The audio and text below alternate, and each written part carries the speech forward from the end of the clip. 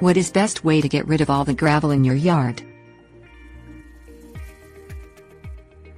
Redoing a long driveway or an outdated landscape may require removing a lot of gravel before you can pour cement or lay sod. The best way to get rid of all the gravel in your yard is contingent on what your objectives are. For one person, hiring someone to come and deal with the problem is the best solution, as long as money is not an issue.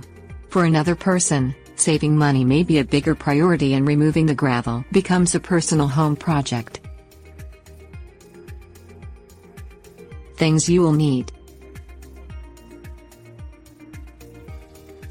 shovel, trash cans, rake. Determine where the gravel will go once you pull it up.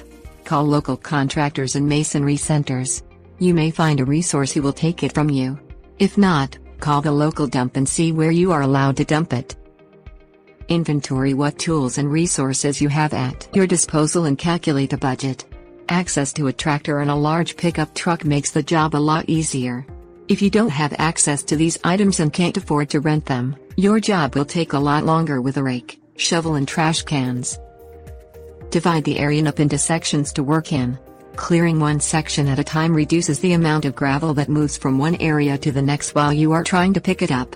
This is especially important if you are doing the job without larger tools. Shovel large sections, dumping it into the trash can. Rake up residual gravel into small piles and shovel. A tractor makes life a lot easier by picking up large amounts and dumping them into the back of a truck. Tips warnings.